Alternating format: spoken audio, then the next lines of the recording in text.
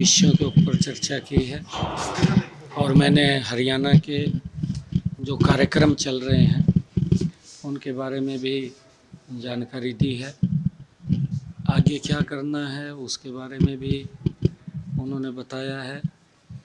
हमारे वरिष्ठ नेता हैं, पार्टी के राष्ट्रीय उपाध्यक्ष हैं और उनका हमें सहयोग मिलता रहता है। समय समय के ऊपर हम बातचीत करते रहते हैं। लगातार आप ताबड़तोड़ रैलियां कर रहे हैं सर हरियाणा में।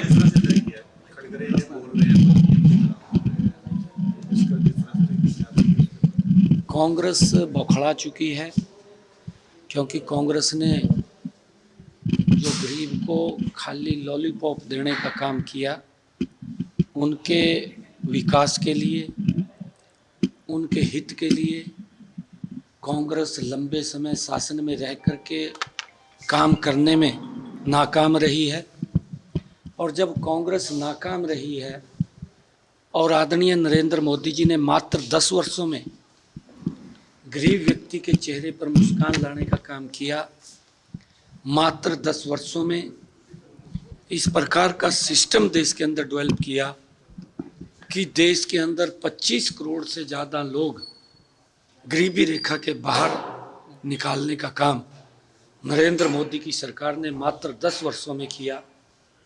आज गरीब व्यक्ति भी नरेंद्र मोदी जी को एक प्यार भरी निगाहों से देखता है और दूसरी तरफ अगर कांग्रेस की वो बात सुने, क्योंकि वो लगातार उनका शोषण करता रहा है और लोगों को कांग्रेस ने लाइन में खड़े कर किया है। गरीबी हटाओ का नारा दे करके लोगों को गरीबी रेखा के नीचे पहुंचाने का काम कांग्रेस ने किया है, तो लोगों ने कांग्रेस से विमुख हो चुके हैं और नरेंद्र मोदी जी के प्रति बड़ा विश्वास आज हर वर्ग का वो जमा है। उसका परिणाम है कि आज लोग नरेंद्र मोदी जी को बड़े मैंडेट के साथ तीसरी बार प्रधानमंत्री कैंडिडेट चेंज करने की बात सामने आ रही है। तीसरी बार प्रधानमंत्री बनाने के लिए आतुर हैं, बड़े मैंडेट के साथ।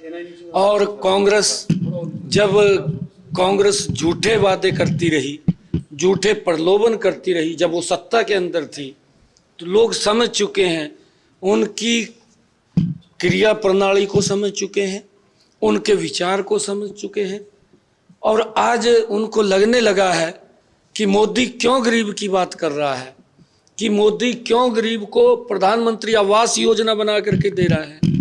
उनको लगने लगा है कि हम नहीं दे पाए, क्यों मोदी ने 11 साढ़े 11 करोड़ बहनों को इज्जत घर देने का काम किया है।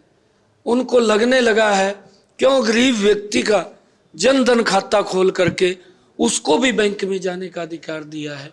कांग्रेस को आज पीड़ा इस बात की है क्यों गरीब व्यक्ति का आयुष्मान कार्ड इन्होंने बना करके 5 लाख रुपए का अधिकार दिया है। कांग्रेस को ये लगने लगा है क्यों गरीब व्यक्ति को उन्होंने बीमा पॉलिसी दे करके उसको सुरक्षित करने का काम किया है। ये सारी बातें कांग्रेस को पच नहीं रही। क्यों गरीब की नरेंद्र मोदी चिंता कर रहे हैं। वो तो एक वोट बैंक के रूप में कांग्रेस इस्तेमाल करती थी।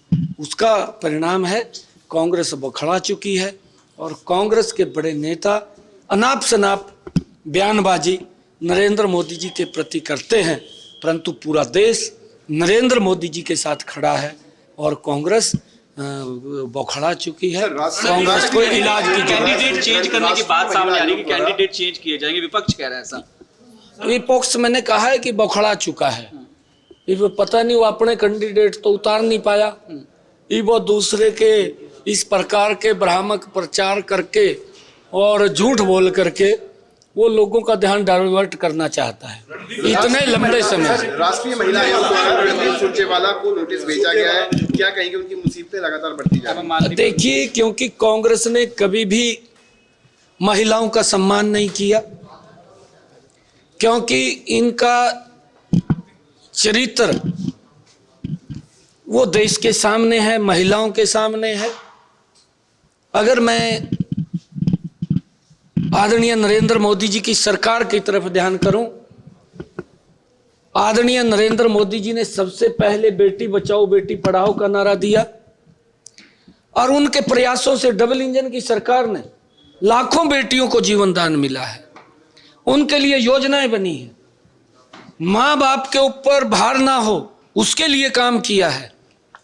हमारी जो सेल्फ हेल्प ग्रुप की बहनें हैं, 3 करोड़ से ज्यादा लखपति दीदी बनाने का काम नरेंद्र मोदी ने इन 10 वर्षों में किया है। नरेंद्र मोदी जी ने, चाहे हमारा कमीशन है, कमीशन के अंदर भी पहली बार हमारी बेटियां हमारी सुरक्षा के लिए LOC बॉर्डर के ऊपर खड़ी हैं, चाहे मुस्लिम समाज की हमारी बहनें हैं, ट्रिपल तलाक से निजात दिलाने का काम भी नरेंद्र मोदी की सरकार ने उनको सम्मान देने का काम किया है। मैंने कहा है कि आदरणीय प्रधानमंत्री जी ने योजना बनाई है उन माताओं बहनों के लिए जिसके घर के अंदर 55 सालों में कांग्रेस गैस का सिलेंडर नहीं पहुंचा सकी, और अगर गैस का आम व्यक्ति को भी गैस का सिलेंडर लेना पड़ता था तो कांग्रेस के समय के अंदर 3-3 दिन लंबी लाइन में खड़ा रहना पड़ता था, तब जाकर के गैस का सिलेंडर उपलब्ध होता था। नरेंद्र मोदी जी ने उन माताओं बहनों को गैस का कनेक्शन सिलेंडर दिया और उनका सम्मान की, उनकी आंखें धुएं में खराब ना हो उसकी चिंता अगर कोई किसी ने की तो नरेंद्र मोदी ने की। और हमारी शहीद भगत सिंह के पौत्र यादविंदर सिंह द्वारा जो है वो कड़ी नाराजगी जाहिर की गई है। उनके द्वारा कहा गया कि शहीद भगत सिंह और भीमराव अंबेडकर की जो फोटोज लगाई गई थी उनके बीच में अरविंद केजरीवाल की फोटो जो है वो लगाना सैद्धांतिक नहीं है और उसको लेकर उनके नक्शे कदम पर चलना चाहिए, ना कि उनकी तुलना जो है वो शहीद आजमों के साथ जो है की जानी चाहिए। देखिए, मैंने शायद मेरी अगर बाइट्स आप देखेंगे, मैंने पहले भी दिया है, आप उस बाइट को निकालना अगर मैंने आपके पास होगी जरूर। मैंने ये बोला था कि इस व्यक्ति ने मंचों के ऊपर खड़े होकर के, केजरीवाल ने ये बात कही, मैं ईमानदार हूँ, मेरी पार्टी कट्टर ईमानदार है, और जिस व्यक्ति ने अपना सर्वस्व न्यौछावर करके इस भारत भूमि की गुलामी की जंजीरों को काटने का काम किया, ऐसा व्यक्तित्व शहीद भगत सिंह, शहीद आजम भगत सिंह जी, वो ऐसा पवित्र व्यक्ति है कि जिसने अपने लिए नहीं, अपने परिवार के लिए भी नहीं, जिसने कि हमारी आने वाली पीढ़ियां सुरक्षित रहें उसके लिए अपनी कुर्बानी दी है। ऐसे व्यक्तित्व की इन्होंने फोटो लगाई है।